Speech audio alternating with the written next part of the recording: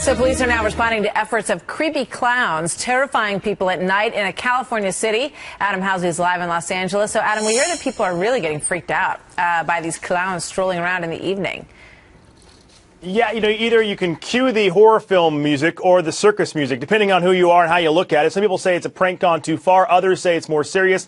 Either way, cops in Bakersfield are taking no chances. A number of times last week, they and police and sheriff's deputies responded to numerous calls about someone roaming the streets of Bakersfield, California, about an hour and a half or so from Los Angeles, dressed as a clown wielding weapons.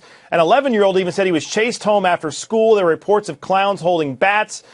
Were some of these prank calls, or were people dressed as bozo wreaking havoc?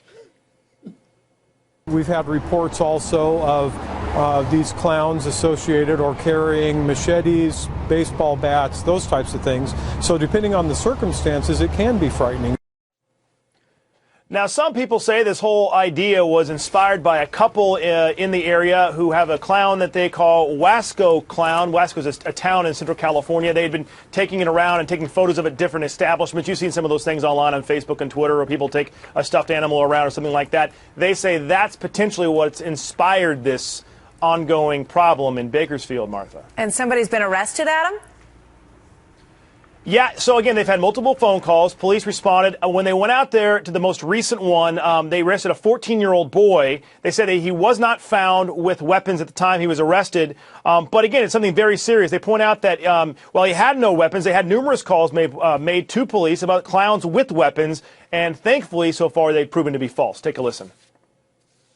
There's a ethical boundary that's been crossed. It's stupidity on the part of the kid that wanted to scare the human beings. That's not a good human value to possess, but it's not a crime.